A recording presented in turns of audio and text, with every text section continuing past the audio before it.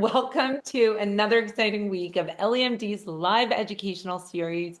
We're thrilled to have you with us tonight to dive into the powerful insights on health and longevity. At EllieMD, I say this every week, we're not just here to provide services, we're here to help you thrive, empowering you to live longer, healthier lives. Our mission goes beyond telehealth. It's about education, transformation, and community wellness. Each week, we bring experts straight to you, giving you the tools and knowledge to take control of your health. And tonight, I am so excited to introduce you to Deidre Adams.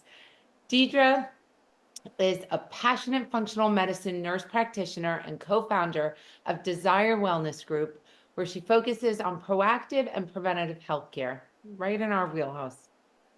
She's dedicated to staying current with the latest research and empowering individuals to take control of their well-being.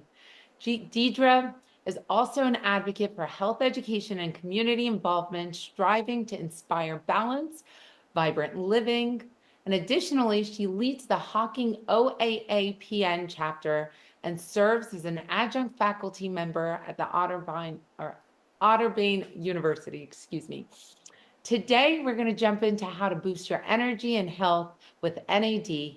I've been so excited to cover this topic because I get asked so many questions on NAD. So I'm so excited to have you here, Deidre. Welcome, welcome, welcome. Thank you for being here. Thank you. I'm happy to be here and happy to talk about this. Really, it's a hot topic right now. I was saying earlier before we started that I just come back from a longevity summit where Dr. Mark Hyman spoke. We had a lot of really great keynote speakers, and many of them talked about NAD. And I was saying that Dr. Hyman talks about his chronological age this year is 65. He has been using NAD sub-Q for a while now. He's talked about it on many podcasts, but when he tests his telomeres, his biological age is in his 40s. And so it's just fantastic to hear. And I come back and honestly, I started myself as soon as we got back from the conference. I couldn't wait to start.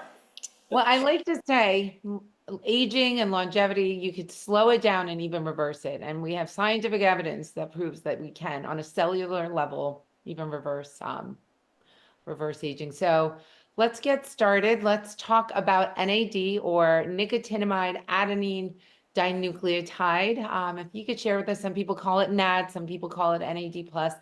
Deidre, can you tell us what is NAD? Yeah, let's start there. Let's just break it down in very, very simple terms. What is NAD?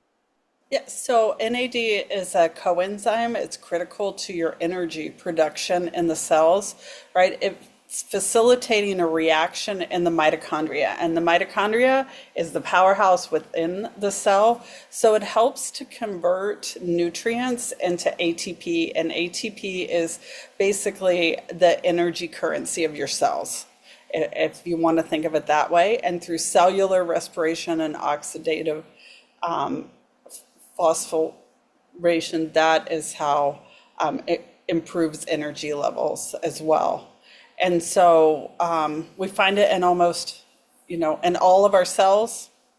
It's we can help turn the food that we eat into energy is what we're doing. And it can repair your cells and keep them healthy.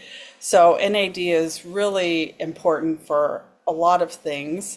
As we age, and I even just watched something recently and looked at some of the studies, but even as young as our late 20s, we get a drastic decline in our NAD levels. So we know that it declines as we age, but I really didn't think about those 20-year-olds declining in NAD. And then it's just a rapid decline, and then it kind of levels out in our fifth and sixth decade of that decline. It drops down compared to when we were teenagers and had quite a bit of NAD. This impacts, though, our metabolic function. So, as we age, metabolic function is an issue. It does help with DNA repair.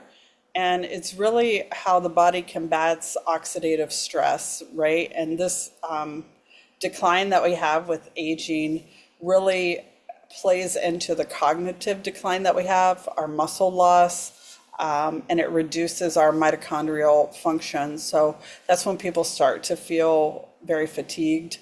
I feel like fatigue is one of the number one things that people usually present with, right? You come in and you just have this tiredness, but all of your labs are normal, right? But we're not really testing your NAD when you come to see a traditional provider.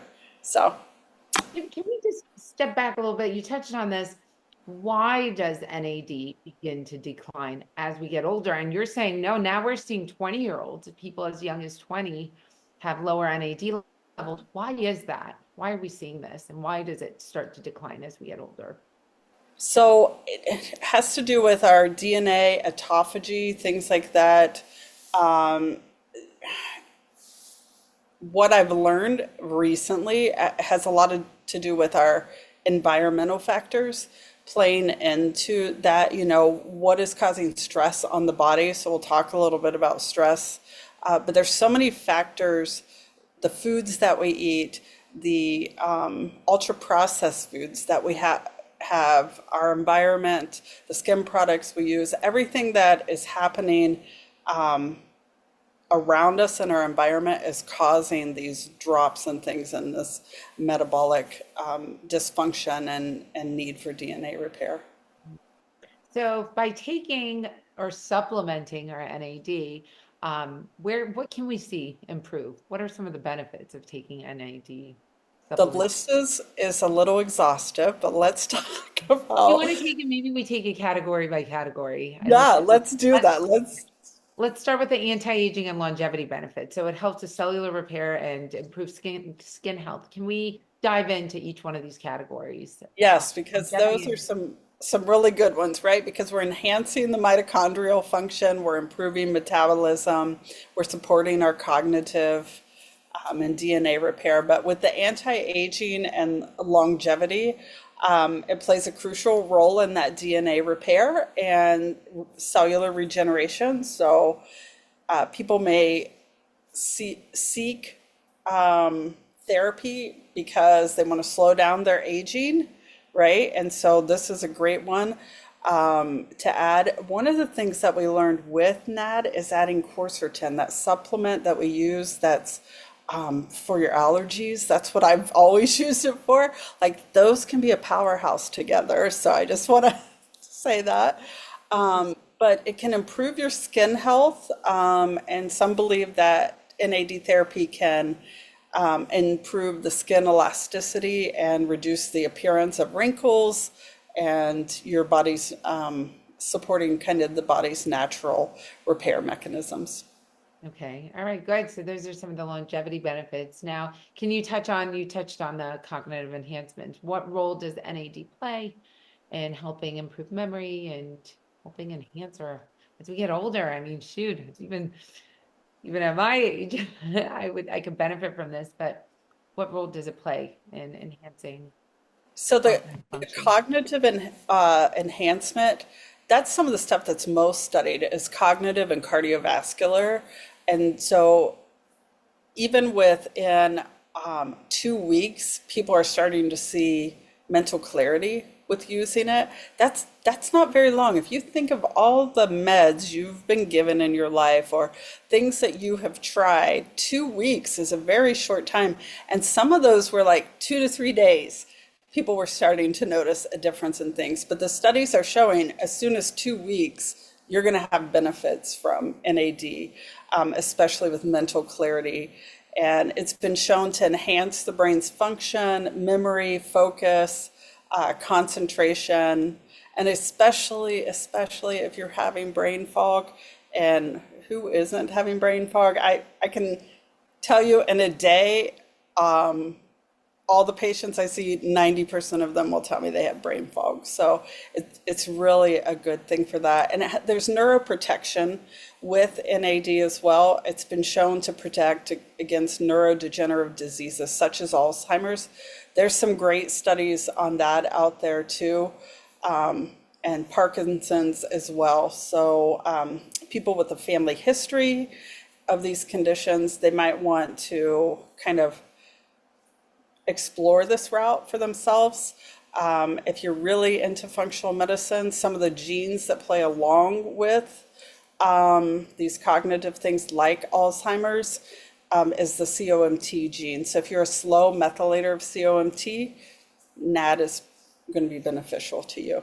So, That's incredible. How about ADHD? I mean, I've heard some people say, wow, it's improved my focus significantly. Can anyone who has ADHD or, who oh, can, that would be a yeah, a great thing with ADHD would be to add NAD because you want to have that mental focus and that clarity as well. I also want to add with that making sure you're getting enough zinc and magnesium with ADHD with this would really improve drastically. Like that's kind of a when you think of the things that you need, so NAD plus, your magnesium, your zinc, those are typically what people are depleted in when they have ADHD. oh, interesting. So this could boost the effects of NAD and there you go. You could replace Ritalin perhaps, but Yeah, um, I work with people all the time to decrease their burden of medication, is what we say, and that's one of the meds we try to come off of. interesting. So you could boost the NAD effects with zinc and magnesium, you're saying.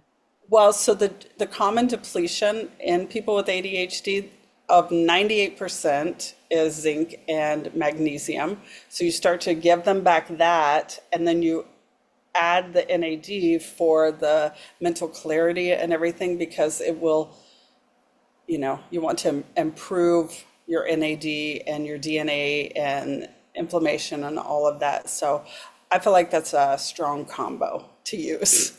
Yeah, and what kind of magnesium? That's a very good question. Citrate, glycinate, which one would you recommend? Um, So when it comes to like the brain and cognitive, you want to use threonate, magnesium threonate. That's the best one for brain health. So if you're having trouble focusing, that's the one. Citrate is used more if you need, having constipation, that and oxide. Glycinate is really good though for people who have diabetes or metabolic issues, or they just have muscle cramping or something. But if you're really looking to improve mental clarity, magnesium threonate is what I would recommend. Okay, all right. So we got the longevity and anti-aging benefits. We got cognitive enhancement. Let's talk about energy. How does NAD play a role in our energy levels and helping boost those energy levels? So remember I said it converts your nutrients into ATP, so that's your energy currency in the cells. So by doing that, you are exchanging energy within the cell there. So it's vital for that ATP production. It fuels the body's energy. People with chronic fatigue and low energy levels really should consider NAD therapy to help restore vitality. So if you've had, you know, I don't know how many of you had like the lull of getting COVID and being sick for like a month after with your energy levels. Think of these chronic or illnesses or viruses that kind of deplete us. This would be a good time, like NAD would be a good thing to add to that to help improve the after you've had an illness like that. And how about surgery and recovery in that sort of way? Definitely, yeah. Post illnesses, surgery and recovery, people who've had, you know, recent surgeries or any chronic conditions at all. So just thinking about, and chronic conditions, that's your diabetes, your high blood pressure, your thyroid disorders, your autoimmune. And the list is exhaustive of who would benefit from NAD. Okay. Now, this was very interesting for me. Addiction recovery. How does NAD play a role in addiction recovery? Yes. That actually, there's some great studies on NAD and addiction, and I was really looking into that and working with the Psych Mental Health NP on this as well. But substance use detoxes NAD therapies have been used to help people detox from drugs, from alcohol, also to alleviate the withdrawals. I've known a physician here in Ohio that has been doing this for a long time, using NAD to help people recover from addiction and to improve, alleviate those withdrawal symptoms and repair the brain cell damage by addiction. Because if you think about that, when people stop these drugs, and some people will have seizures if they're taking Xanax or have an addiction to that. And basically that's causing inflammation to the brain. And so NAD can really help in that manner. And it can help with people who need mental health support as well. It's also been shown to help people manage stress, anxiety, depression during recovery. So these studies look great on addiction. So.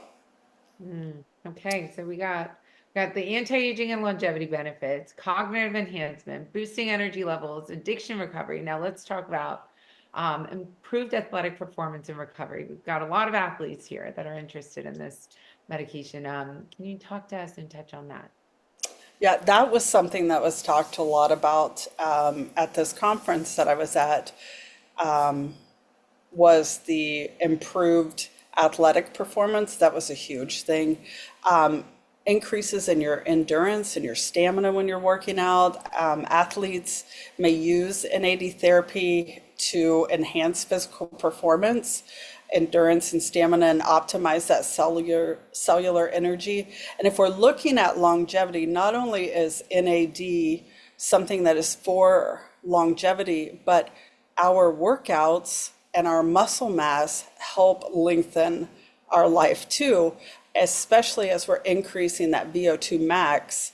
And so you want to have the stamina and you want to have the endurance for those workouts to improve your VO2 max, because hands down, that's one of the number one things to improve longevity, is your workout and the effectiveness of your workout. Mm-hmm.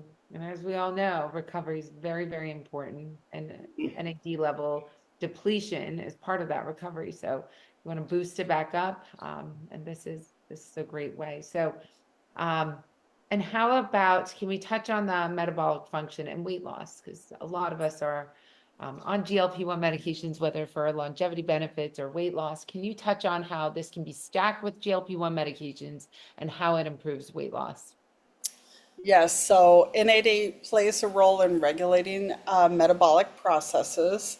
So people looking to improve their metabolic metabolism or support weight loss can use this to enhance fat burning and overall metabolic function. I looked at some of the studies on diabetes, and it does help to regulate glucose. So if you think about stacking that with a GLP-1, so most people who are experiencing fatigue or insulin resistance or metabolic dysfunction, so we're seeing insulin resistance. And why does the GLP-1 work for people, and why would NAD work for people? Is what we're trying to do is keep your insulin within this tight range, right? If you stay in range, the longer you're in range, that 80 to 130 range, the more optimal and less risk for cardiovascular disease later. So when we look at what GLP-1 is doing by suppressing appetite, but keeping insulin and glucose in that tight range, and that's what NAD does also, it lowers glucose as well. I just feel like this combo really could be something extremely beneficial. I can't wait to see it 10 years from now, honestly, in diabetes prevention. So. Can you touch on mood stabilization and mental health? You did briefly talk about that with addiction recovery, but can you talk to us about how NAD can help mood and or assist our neurotransmitters in functioning better? Can you touch on that? Yes. So it's involved in neurotransmitter production. which affects our mood, right? Individuals suffering from depression or anxiety or mood disorders, they may seek therapy to stabilize these emotions. So, in your stress reduction, that's another thing we should talk about. It also is believed to help improve the body's ability to handle stress by boosting the brain health and regulating mood-related hormones such as cortisol. Did you want to touch on cortisol? I know you're really passionate about it, about the It's something that I talk a lot about because I feel like if we don't address stress, everything we're doing, it's like we're fighting against it, right? If you want your therapies to work, no matter what it is you're doing, NAD, semaglutide, taking supplements, deep breathing. If you are not addressing your stress, it's going to take a longer time and it'll be harder to get there. So, and when we talk about stress, it's really cortisol. That's that hormone and the adrenal glands that kicks in with our fight or flight when something happens. But one thing is the body doesn't recognize good stress or bad stress. It only recognizes that it's a stress. So whether you do a HIIT workout or you've wrecked your car, it's stress on the body. So if we chronically have stress, prolonged elevation in our cortisol, it tends to lead to weight gain, visceral fat, which is fat in the midsection around the organs, and that's what we don't want, and insulin resistance, and it can increase inflammation and really have long-term health problems as well. So addressing your stress, helping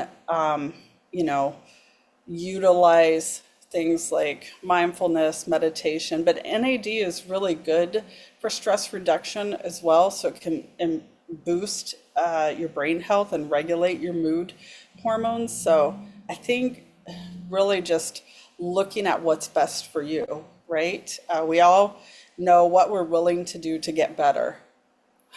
So. Thank you. Thank you for mentioning that. So, all right, we've covered anti-aging and longevity benefits of NAD, cognitive enhancement. It helps boost our energy levels. It helps with addiction recovery, improved athletic performance, metabolic function, weight loss. It could help improve our insulin sensitivity. We talked about its benefits on mood stabilization, helping boost our mood. Can you talk to us about how it helps with detoxifying at a cellular level and cleansing our body and that sort of deep cellular cleansing? Let's talk about that. Yeah, so with detoxification support, and you have to understand our burden for toxins in our environment and everything, we're detoxing through our liver. It's the hardest working organ that we have. So detoxification tends to be something that a lot of people struggle with. So when you're using NAD therapy, it can help aid in the process of detoxification. There's actually 3 steps to detoxification in the body. And the first step's pretty easy for us to do. We're really good about that. But think of detoxification as like taking out the garbage. And if we're not doing that properly, then the garbage builds up and it just sets an environment for inflammation in the body, which is chronic conditions. All chronic conditions are a result of inflammation. So looking at NAD for people who are particularly exposed to toxins, in the functional medicine world, we're seeing a huge increase in like mold toxicity and heavy metal toxicity and things. So NAD has been shown to help improve that. And even exposures to toxins and alcohol or drugs like we talked about earlier. And it's thought to have to assist in flushing out those harmful substances from the body at the cellular level. So, and then cellular health, you might want to use it to boost your body's natural detox mechanisms and ensuring that the cells can remove the waste products more efficiently. One of the things that I had learned that would help boost your NAD in addition to supplementing is fasting, and intermittent fasting is a great way to do that because it causes autophagy. And what autophagy is basically clearing out the bad cells. Like we want to get rid of the bad and in with the good. So fasting with supplementing with the NAD will help increase that. Mm. Do you have a specific protocol around that? Like, do you like to tell people fast and then take NAD, don't eat anything for another hour? Do you have any specific protocols around that? So when I have people fast, it really has to do with their, it depends on their chronic condition, what I'm telling them to do. And I always say get the advice of your provider. But some of the things that I recommend is to start with a 12-12 fast, like fast for 12 hours. Take your meds and your NAD prior to, you know, eating, and then eat your meal and everything. You want to watch with fasting if you're on insulin, if you're on blood pressure medications, things like that. And how about if you're on GLP-1s? Do you recommend fasting to your patients or no? Yeah, no, I do. It's a lot easier to fast on a GLP-1 because it suppresses appetite, suppresses your leptin, which is your hunger hormone. So you have leptin and ghrelin that signal, and we know that people with insulin resistance have basically resistance of leptin. So the GLP-1 medications really help with that leptin resistance at all. And that's something you actually can have drawn in a lab. If you're talking to your provider, they can do a leptin level and see if you're resistant before you start these meds, and then you will know. I used to do it all the time, but now you can, when you talk to people, you kind of can tell of the other labs who's going to have some leptin resistance. You know, if the insulin is elevated, almost always the leptin is. So. Mm. You touched on this a little bit earlier, but can you touch on NAD's benefits on autoimmune disorders, from lupus to rheumatoid arthritis? Can you touch on how NAD helps with inflammation in the body and also autoimmune disorders? Yeah, so just kind of connecting that when you have an autoimmune disorder, right? You, for me in this functional medicine space, all autoimmune starts in the gut. So there's a leaky gut component to that as well, right? Which causes a systemic inflammation in the body, right? And it starts to deplete the mitochondria, causing oxidative stress. So we know that NAD gives you that energy through the nutrients and ATP, and is that energy currency for you. And so it's providing energy to the mitochondrial. And for many people, and if there's Hashimoto's patients out there, they know how tired they can feel and how that is for them. That's one of the things I see a lot with people with Hashimoto's is that fatigue. And so they have a decrease in the, ATP and cellular energy. So this would help to improve that. Mm. And finally, I'd like to go through the ten benefits of NAD. Obviously, the list can go on and on, but mitochondrial health and support. So the mitochondria is the powerhouse of the cell. How does NAD um, help our powerhouse? So it really, that's a good one, right? How does it help our powerhouse? Because the mitochondria, that energy powerhouse cells, they rely on NAD to kind of carry the electrons during cellular respiration. So the higher the NAD, it means the better energy production, right? Less oxidative damage and more efficient cell function. So that is how, like, there's a connection between NAD and the mitochondria. Yeah, Deidre, can you touch on because I don't think people quite understand what oxidative stress, what does it lead to? What does it mean when we say oxidative stress? So this mitochondria is putting all these pollutants out. What happens from there? What does that ultimately mean and do? So oxidative stress on the body equates to chronic disease, basically. I do a test called the Dutch test when I'm doing hormone testing, and it actually, or an organic acid test, those will tell you if you have oxidative stress. So will metabolomics test that looks at your micronutrients and everything. But really, when it comes to oxidative stress, you are not getting enough antioxidants into the body. And you're not getting the energy into the cell. And the result of that, the downstream effect to that later is going to be a chronic condition. Mhm, mhm.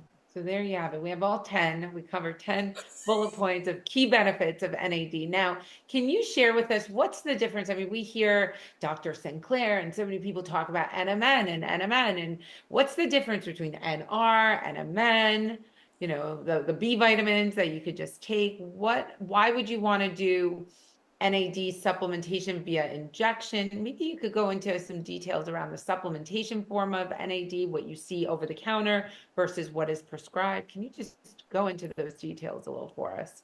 Yes, so both NR and NMN are precursors to NAD, but they take different pathways to raise the NAD levels. When you look at the literature, they actually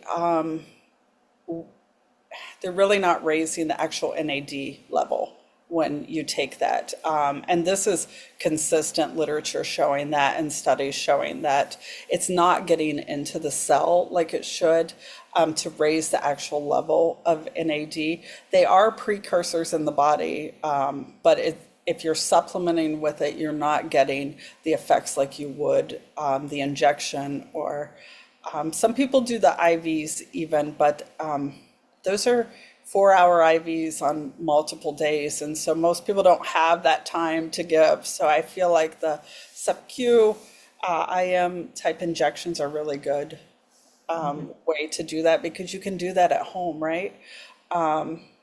So Yeah, we offer the injections and also nasal spray. That's what we offer. But thank you for touching on that because I do see on, Amazon when you search for NAD, there are NAD boosters and you're really not getting the benefit and the effect of it. I mean, once it has to go through the gut lining, you're losing a lot of the benefit right there. And also it's just not as effective. So um, thank you for touching on that. So those are yeah. precursors to NAD. What we're offering is the actual final step, in other words, and you're bypassing the gut by injecting it, correct? So you are very passionate about insulin. I know you wanted to touch on that a little bit too. Can you maybe share with us a little about insulin resistance and those insulin spikes that we experience? Absolutely. Yeah, So NAD helps with that. So you wanted to tie it all in. yeah, NAD really does help with that. I did want to break something down really quickly when it comes to insulin, right? Just what our normal cells are doing. Because I think people get really confused about what insulin resistance is. And just think of it as the precursor to diabetes. So insulin resistance can happen 10 years before diabetes ever happens. And at that time, that's when the cardiovascular effects start to happen. And so in our normal cell, insulin binds to a receptor site and it opens up your glucose transport and allows glucose to enter the cell, right? And so that glucose and insulin enters the bloodstream and it gives energy to your brain, your liver, your muscles, everything, right? But what happens is we get an abnormal insulin metabolism where the lock and key part of it does not open up the glucose transport and it starts to give us higher levels of glucose and insulin circulating into the cells. And so we have decrease in what's available for our brain and for our liver and for our muscles. And some of the causes of insulin resistance can be our ultra processed foods, it can be inactivity, dietary deficiencies, if you have an elevation in like uric acid levels, chronic stress, that's always a recurring theme.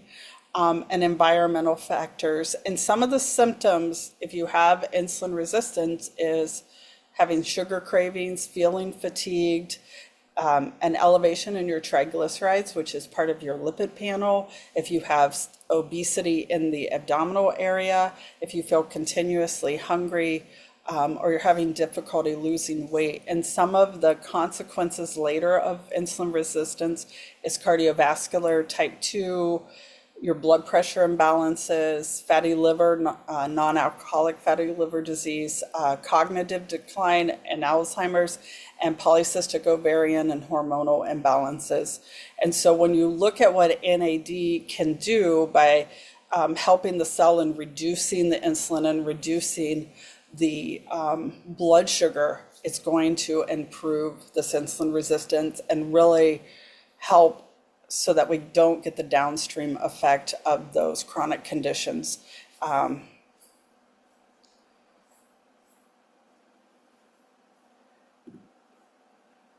now what other question did you have? Because now I've All right. Sorry about that. So, can you also touch on, we had someone ask the question, does NAD help with allergies? Do you get benefits with allergy relief with NAD? So I'll be honest, I haven't looked into that yet. I've looked more for the metabolic and things, and I haven't used it for allergies, so I can't really speak to that 100% to know. Okay. How about PCOS? We're getting a question on, does NAD help with PCOS? Yes, in the manner that I talked about how it improves insulin resistance, it would help with PCOS Mm. as well. How about healing from serious internal injuries? We talked about muscle recovery, but how about internal injuries?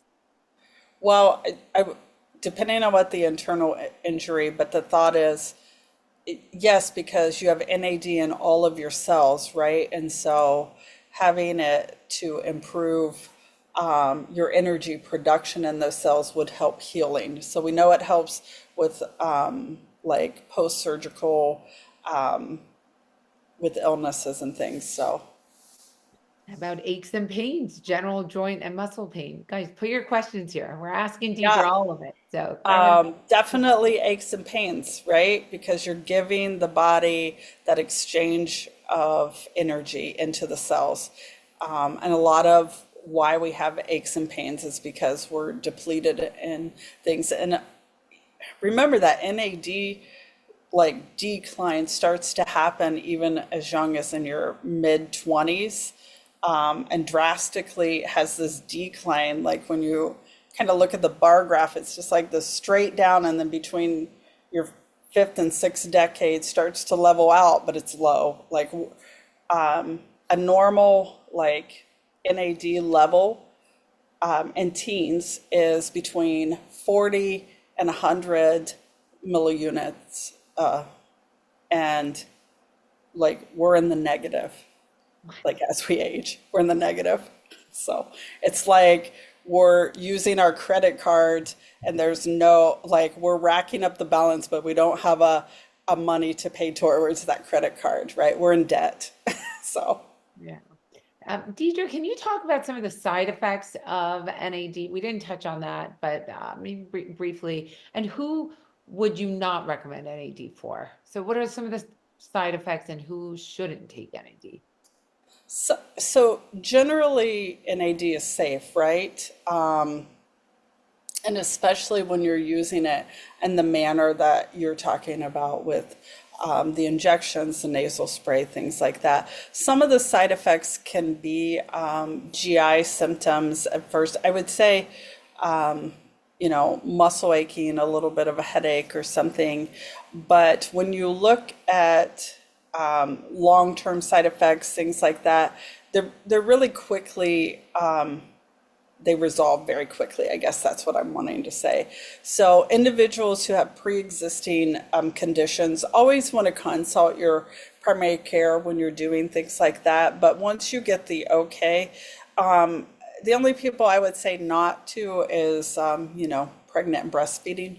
So I always say reserve that for when you're done doing being pregnant and when you're done breastfeeding. But you know, if you're a diabetic and you start to use this, you might want to put on a continuous glucose monitor because your need for insulin and diabetic meds may decrease, should decrease as you're on it. So I think it's a matter of we have this technology to monitor any condition that we have. And so if you talk to your provider and they're like, yeah, go for it, this is what you should do, they recommend it, then monitor like your need for the medications too, because that, very well could decrease. Mm.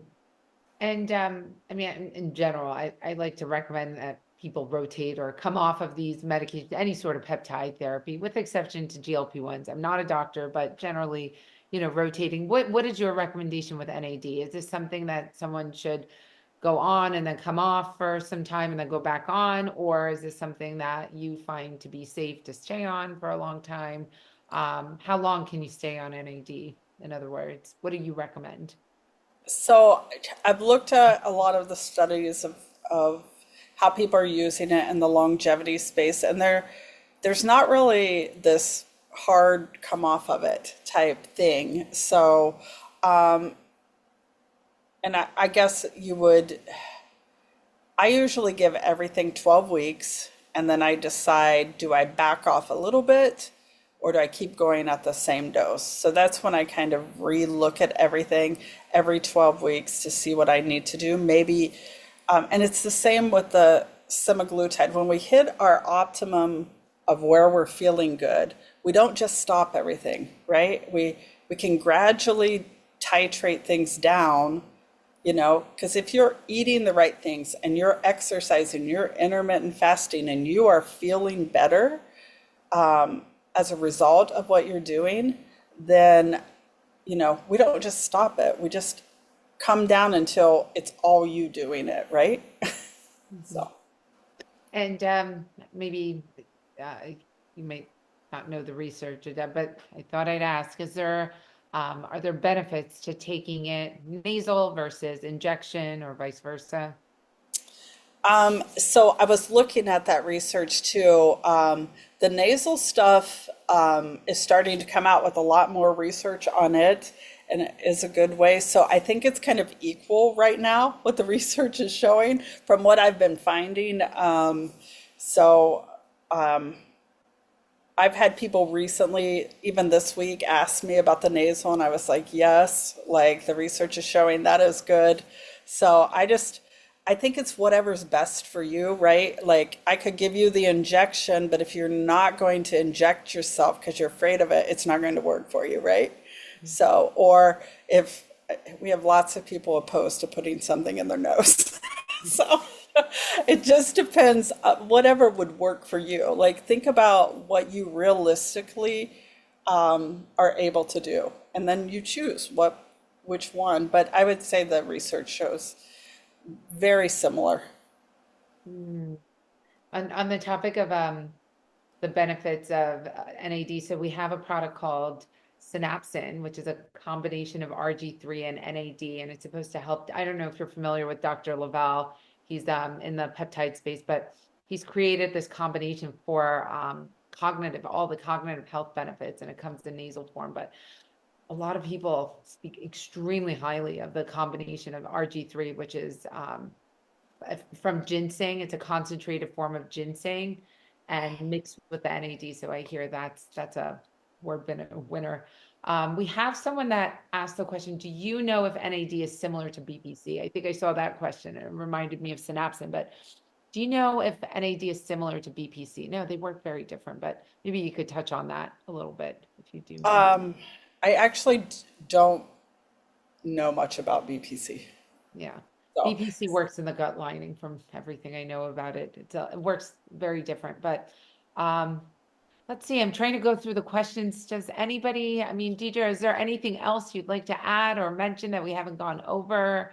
Do we have any other questions? Any final when, words from you?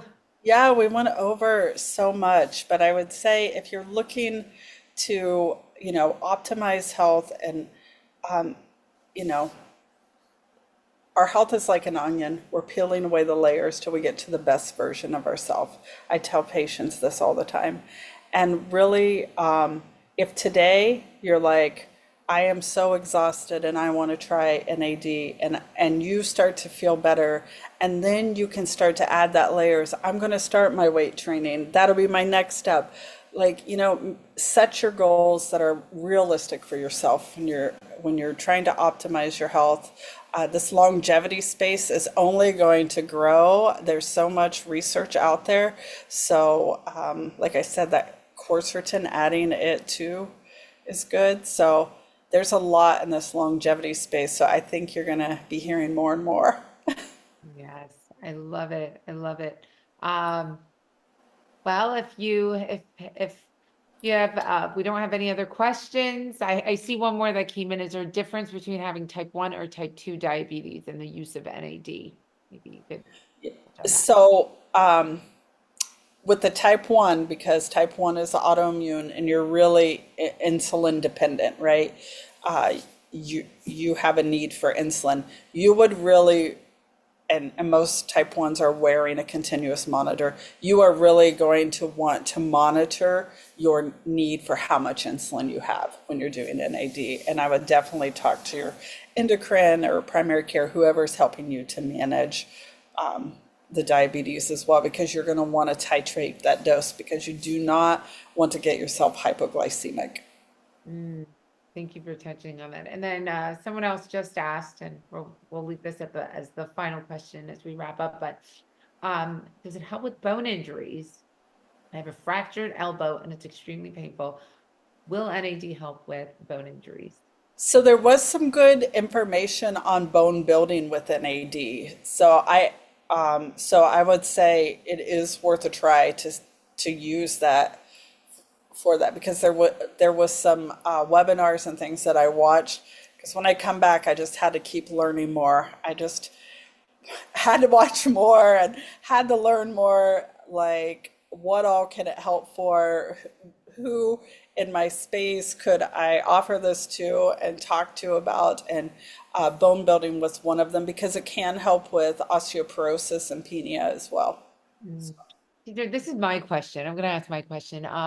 As with a lot of drugs, there's side effects, and once you come off of the medication, there's a crash period, right? Like for example, with Ritalin or ADHD medication. Does NAD, if you do go on NAD and then you come off of it, do you get any sort of side effects, a depletion in energy or a feeling of being groggy? Have you read anything on that? I haven't I, researched. I actually haven't read anything on that, feeling groggy or anything. I would say, like anything, I never recommend an abrupt stop. If something's working for you, I recommend a gradual. And that's pretty much across the board, even if we're supplementing and feeling great. If we've got you to a place of feeling good, it's a gradual, because we don't want to rock the boat and get you right back where you were. So I would come off slower if you want to try to do that, because if you are able to optimize your body in other ways, and you have started doing other longevity things that help your ATP and energy production, you might not have that bad crash as you start to come off gradually. So, Mm. That's wonderful. Well, listen, I'm experiencing some jet lag here. I wish I had some NAD right now. I hope you guys enjoyed this segment with Deidre. I think I found it very informative. Thank you so much, Deidre, for your time. And thank you all for joining us and being here. So excited and enthusiastic about learning. And this is it. We have a small community and we educate ourselves, and that's how we make a change in our communities, right? So, thank you all so much for being here. And teacher, thank you for sharing all your knowledge and wisdom and bringing thank all the information that you learned at the longevity conference to us and sharing your experience and expertise. Thank you all so much. Thank you. You're welcome. Thank you.